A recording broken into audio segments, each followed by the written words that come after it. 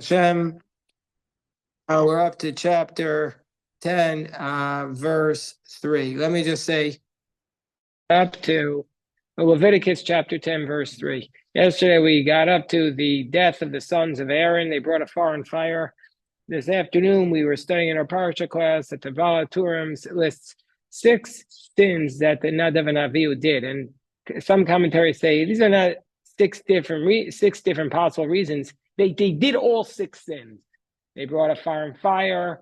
They gave a teaching in front of their Rebbe Moshe. They decided not to have children. I'm forgetting all of them, but we discussed all of them this afternoon. They enter drunk. That's the 4th. I'm trying to remember what the 5th and the 6th are, but anyway, I'll go back to my notes. But the Baal Turim lists the big 6. Hey, Kobe, grab a chumash, Kobe, grab a chumash. So now we see what's the reaction to this tragedy. Vayomer Moshe Aaron. But by the way, Kobe, don't disappear afterwards because I need to talk to you because I filled out a recommendation for one program for you, and now they asked for it again. Yeah, I need to talk to you about it. I filled out a recommendation for a program for you in Israel. I did it like 2 weeks ago, and now they asked for it again. Same program. Yeah, my only issue is I don't want to fill it out again because what happens if my answers don't match? I remember I did all great, but still, like, usually once in a while I like do one thing not great so that they know it's not a bot. So I don't remember which one I did like very good instead of excellent. Yeah, I could be exposed here. Okay. So chapter 10, anyway, we're saying what were the 6 explanations of what Aaron did? So they entered in, they brought a foreign fire. They taught that the sons of Aaron, they brought a foreign fire that was not commanded. They entered drunk. They decided not to get married. Then they started teaching in front of their Rebbe. And the 5th one is they're walking by Moshe and Aaron, and they said, when will they die so we can take over? That was the Gemara in Sanhedrin, Nun Beis, Amid Aleph, like one line from the bottom. And they also, they did not want to have children. They said, we don't want to have children. Okay, so now, what's the response? So after they die, verse 3, Vayomer Moshe Aaron. Moshe says to Aaron, Hu Asher Diber Hashem. This is what God said, saying, Bikrovaya Kadesh. Through those who are close to me, I will become holy. Panei kol ha'am echabed. And on the face of all, and in front of all the people, I will be honored. Vayidom Aaron. And Aaron was silent. It's a powerful verse, one of the most powerful verses for me. That Moshe's response to Aaron is, everything that God said to me, with those closest to me, I will make myself holy, and that's I'll be honored. I mean, say with the death of those closest to me, I'll be honored. And Aaron is silent. Why is Aaron being silent? Is he accepting what Moshe says? Basically, Moshe is saying, those who are closest to me, I killed them because they're closest to me. They made me holy. And Aaron's response is to be silent. Is that a valid? Does that mean he's accepting it, or he's disgusted by that answer? All we see is Aaron doesn't say anything. He doesn't say, "Oh, thank you. That's so comforting." Also, I want to say one other thing. Erez, who was here in the just a couple of months ago with us, and he's now in the IDF. He sent me videos of him planking in the IDF to make him plank, and he learned that here. You see, Kobe, so don't take that seriously. So, yes, Jerry, yes. Well, if Aaron had the Rashi, he would have known that his 2 sons sinned in 6 different ways, and therefore he kept quiet. But since he didn't know that, right? But since he didn't have the Rashi in front of him, your question is valid. That's a good point, Jerry.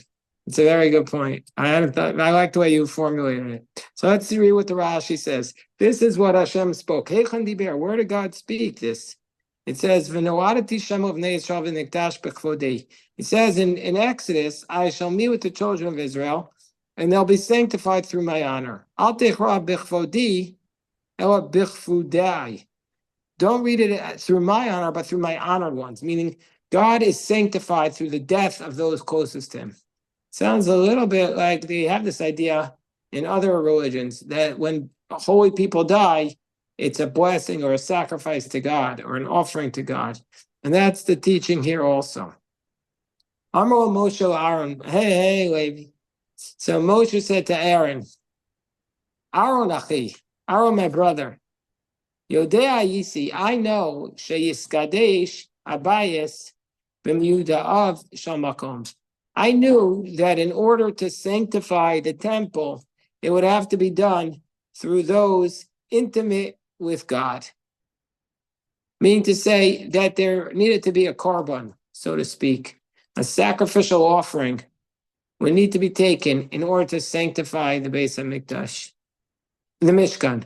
Hayiti savor o biovach. I thought it was either me or you. Now I see that they're greater. So even though they sinned, Rashi is now saying, Moshe is saying to Aaron, they didn't die because of their sins. They died because of their holiness, and God needed to sanctify the Mishkan with their holiness, which is a very, first of all, it as Jerry pointed out, it seems to contradict the idea that they died because of their sins. And also, this idea that somebody needs to die in order for the Mishkan to be sanctified is a challenging idea. It's provocative. It sounds a little like another faith. But we know that in the Gemara it says that the death of the righteous serves as an atonement, but not that they have to die in order for us to be sanctified. But Rabbi, what's the verse? I want to say it's Psalm 116 about precious in the Lord and precious in the eyes of. Yeah, it says. Yes. Precious in the eyes of God is the death of the pious. But that verse, I think, is often misunderstood. That verse doesn't mean the way, if you look at it in its context, although some people are interpreting it the way you're alluding to, I think that verse means that God does not want the death of the pious, meaning it's so precious, it's very rare. Very rare is the death of the pious. Some people read it like, God forbid, if there's a levaya of a very holy person, they'll say this is precious to God. But I think that's like an intentional misreading of the text. It's a midrash of the reading, but the literal reading is that God does not want the death of the pious. Yakar be'eneshem, it's rare in the eyes of God. But it's, yeah, Jerry.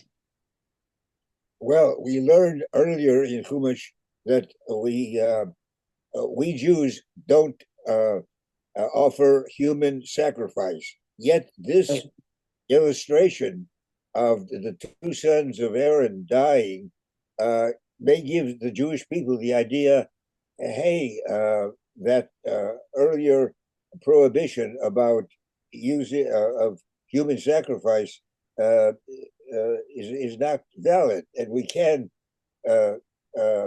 sacrifice human But beings. this is not, Jerry, sorry for cutting you off, and I apologize, I didn't mean to. But I want to say that this is not a human sacrifice. We're not sacrificing. This is God choosing to take. I mean, God could do what God wants because God has that infinite wisdom. God's saying we can't say, oh, we're going to sacrifice you as a way of a sacrificial offering. I mean, this is a theology, a theodicy that is pretty common, that you hear from rabbis also. This person died in order to be an atonement for the rest. It's just very hard to stomach.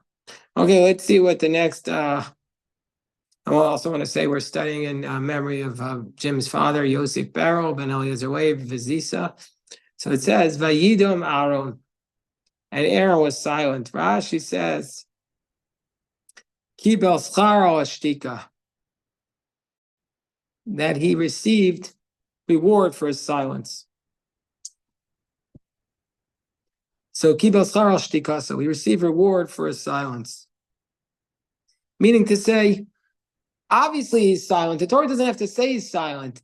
If he's silent, 99.9999% of the people in the action of the Torah are silent. The Torah only records it when they speak.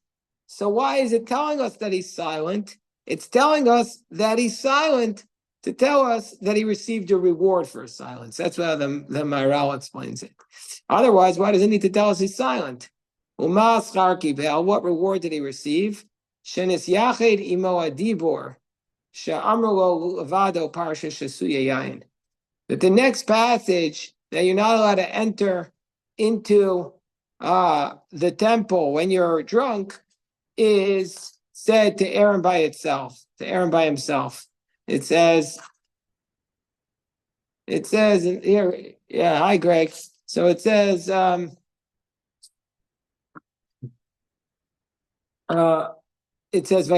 Hashem el Aaron Lemor, chapter 10, verse 8 and 9. That's unusual that God just said it to Aaron. Usually God says it to Aaron and Moshe, or Moshe, sometimes to Aaron and Moshe, but just to Aaron? I don't know of another instance. I could be wrong, but I don't know of another instance. So this is the reward he got for being silent. So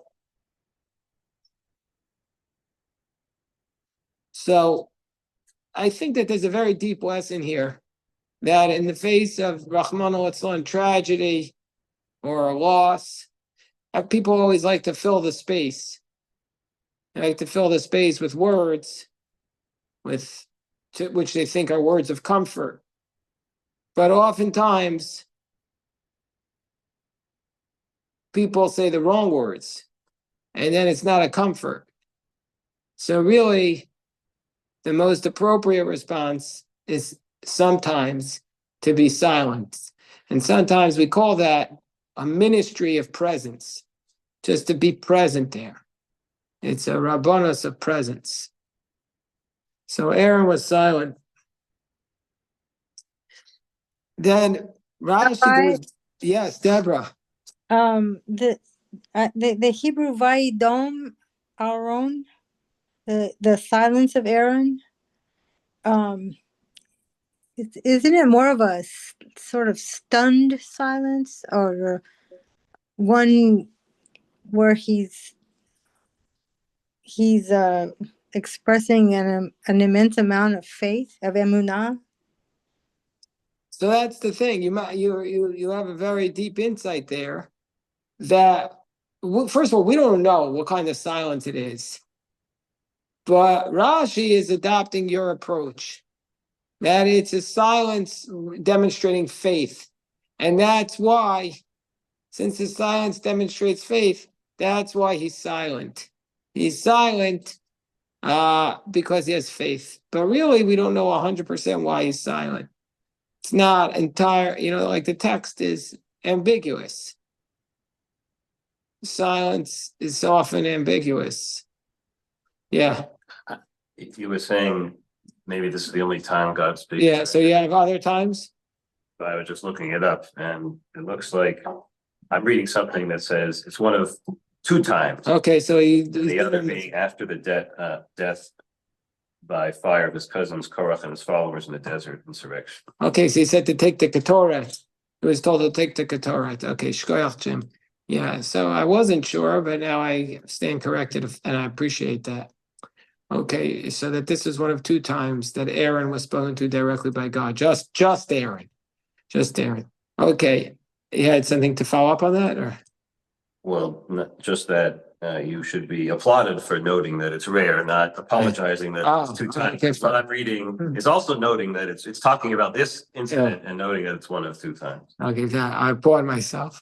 I appreciate it. So it says, now let's look at Rashi actually explains this part first, because this was his response to Moshe. But then Rashi goes back and says, Bikrovaya Kadesh, those closest to me.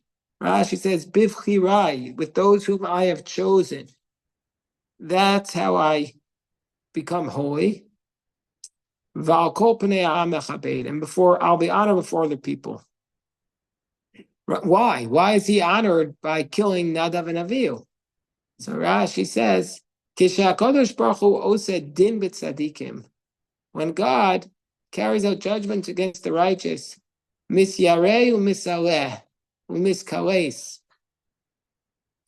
is feared, he is exalted, he is praised.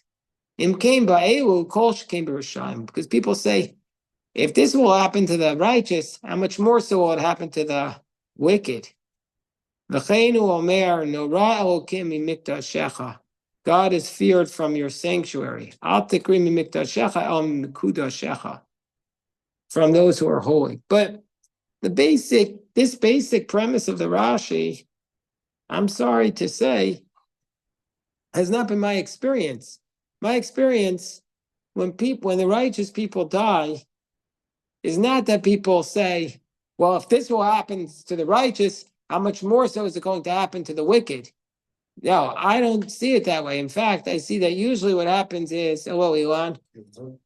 Baruch Hashem. Usually what happens is people say, oh, if this is what happens to the righteous, then why be righteous or why be a tzaddik? It's not going to work out for you. So I usually hear the opposite. Right? Rashi is speaking to the Tamimim. Okay, so now we're up to the next pasuk. Vayikram Moshe al Mishael el Tzafan b'nei Uziel dod Aaron. So Moshe calls to Mishael and El Tzafan, the children of Uziel, who are the sons of Uziel, who's the uncle of Aaron. So Moshe calls to basically Aaron's first cousins, Mishael and El Tzafan. Vayomer aleim, and he says to them, Kirvu se'uas achechem, go bring your brothers. Me'eit pnei hakol yashem v'chutz l'machaneh. He says, go take out your brothers. Why does he say that? Ka'adam ha'omer l'chavero, like a person who says to his friend, Haveras ha'meis milifnei hakala, shelo arveves hasimcha, get rid of the dead body from before the bride, so as not to ruin the wedding. So if there's a dead body before the bride, you don't want to ruin the wedding. Anybody ever been at a wedding? So maybe Jerry remembers. I don't know, Jerry, were you here when Rabbi Rabinowitz was the rabbi in downtown DC? Yes, his wife died during the wedding ceremony because she had diabetes, and apparently that day her sugar or something went way up. Yeah, this was their daughter's wedding. Their wife died. And what year was that, Jerry? That must have been like in the early late 60s?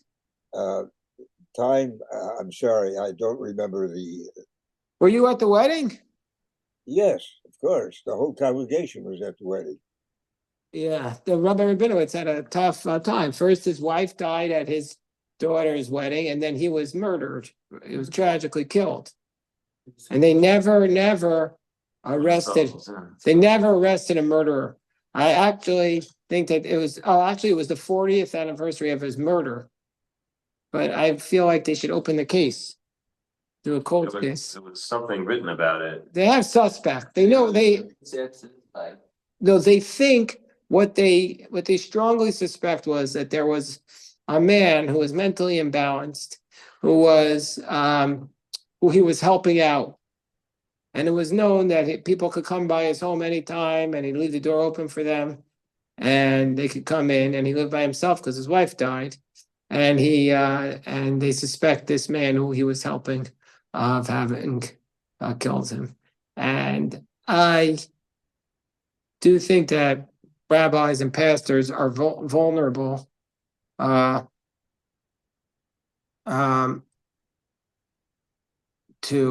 people like that, because they look, you see who's here. We work with the people who are,